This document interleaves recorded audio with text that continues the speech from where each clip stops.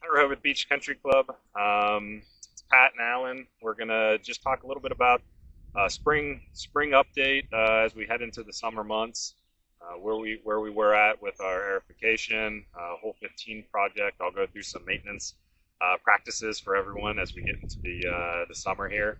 But I'm gonna turn it over to Alan to kind of give you a little update on the spring and where hole 15's at. Right now, greens are really good.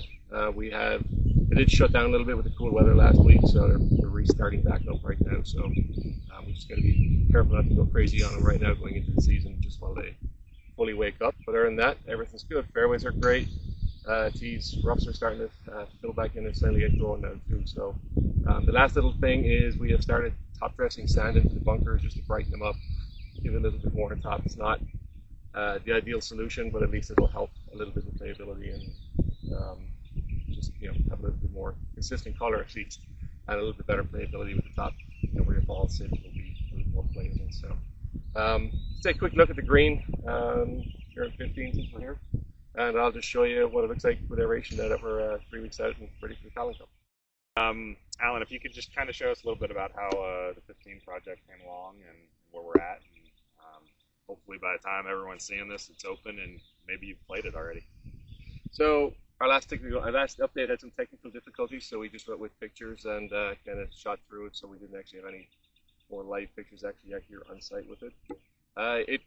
In my head, it was going to go a lot quicker. I hadn't really contemplated for such a wet spring, so it delayed us a little bit, and with the cool weather and delay getting in, we had took a little longer to get Bermuda grass too, because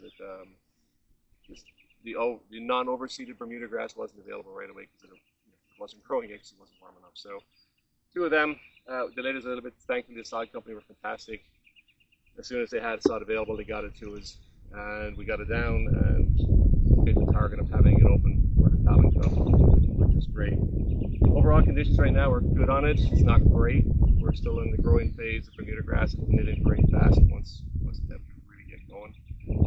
Pilot cut right now, we're a little just hair over half an inch. We also squeezed another tee in on 16, which is where we're videoing right now, right behind us, to our left, I guess, not behind us. But that should add a little bit of distance. It's probably not going to be back there. You can probably see more about that, but it's not going to be there much, right? Yeah, that'll be mostly our gold tee markers. Obviously, if you're playing the golds, you can take a look. It's a really good hole from back there. It's designed again very discreet, just kind of off the side of the 15th green, which is what you're seeing a lot more throughout some of the design on the golf course with some of the holes that have been done with 19 and 15 and hole 5. As you can all remember, on hole 15, that tee box come mid-June, late June, early July, just gets really torn up because it was so small. We have a ton of flexibility with where we can put tees, so you should have a good playing surface on the tee boxes for pretty much the entire summer. Yep, and then the last part is the green complex. We didn't change the green surface, but we were able to add a little more green surface to the green, so we actually probably gained about maybe 10 pin positions in various spots. Right. Just be able to push it a little further to the corners where we weren't able to before. Bunkers redesigned, so they're actually in the ground rather than on the ground. They're lined with rubber liner, so drainage is not an issue. Bunker sand that's on the rest of the courses. The rest of the bunkers of the course is in there for consistency. Okay, I'm here at 15 green. As I mentioned, I just wanted to show you just kind of quickly what the aeration looks like 3 weeks, 4 weeks out, whatever we are right now. Overall, like I said, it's really good. We're on 15 green, and it has some shade issues still. Overall, the turf is a lot healthier in the last 2 years than it was, and we opened up some sunlight avenues for it to come in during the day. You can still see a little bit of loose on there, but a lot of that is actually from the coarser, older bent grass is actually getting torn out and fine bladed and ripped apart from when we brushed it and top dressed. So that's actually good because it's less grain in the green. It's going to be smoother putting surface long term. So there is a little bit of thin turf on there, but it's nothing to worry about. And there's an old saying that nothing puts faster than dead turf. So not that I want that, but that's the biggest thing. You can also see, it might not show on the camera right now, but if you're on the greens, you can also see little green pimples and lines, green circles down the green. That is the old aeration holes. That is what we did this spring, previous years. It's where soil is more oxygenated, plant has more availability of nutrients and stuff that's in the soil and can get back into itself. So it's a nice little proof that aeration works. That's a nice little indicator. I've seen it on fairways sometimes in the summer. You'll see in high stress area, you see the green surface in there. So nice little indicator to keep an eye out for. But overall, successful aeration. Going forward, we're going to try and keep in the same window frame every year, right around the soil, put the soil temperatures at the right window for turf growth, and we should have great spring conditions going forward too. All right, let's head into a bunker. We'll show you how to properly rake the bunker, where to put the rakes. Alan knows a lot about that. I know how to hit into the bunker, but he knows how to maintain it better than me. I don't know how to get out of it. Either one. So Alan will show you at least how to maintain it once you hit your ball into a bunker.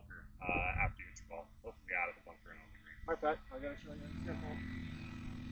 Very nice.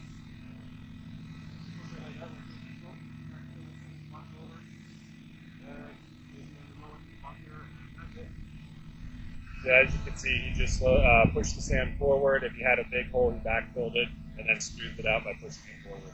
But you really can't even tell that someone was in there. And now whoever's coming behind you wouldn't have to deal with your footprints or the sand splash that you made getting out of the bunker. Awesome. Thanks, Pat. All right, so we're in the fairway here on 17. We're just going to give you show you real quick how to fill your divot after you make a divot in the fairway.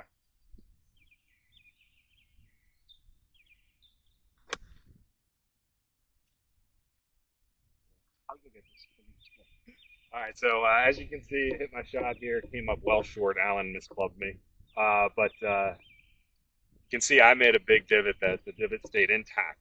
So we ask that you go and get that divot, bring it back, put it on that spot, and then we're just going to fill around it.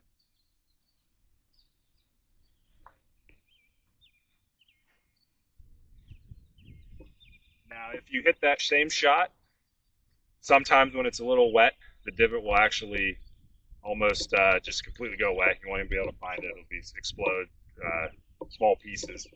What we ask you to do then is just fill that entire hole with some of the mix here. Tap it down, make sure it's flat, and then head on to the next your next shot. But it's the best way to keep the course in good condition for everyone playing. It's actually been tested a bunch of times. If you go online, I'm sure you can probably Google and find it. But by replacing the divot, it actually does root back pretty quick, and then the divot mix really just fills in around the edges to help it creep back in and keep the moisture in and sort of dry around the edges. But it actually is the quickest way if you're actually slotting it. So when out here playing, again, just a few tips. It keeps the course in good condition for everyone. Alan's team does a really nice job of keeping the course in good shape, so if we can help out any way possible, should have good playing conditions for the entire season here at Rehoboth. Thanks for watching. If you have any questions, you can get in touch with Alan or I, and we'll be happy to answer them. But have a great summer here at the club. Thanks a lot, too, for listening to us, and hopefully we'll be back here doing another one of these sooner than later. So, yeah. Thank you. You want to just push lightly left, and bring the footprint left, make sure. Okay, we're going to have to restart.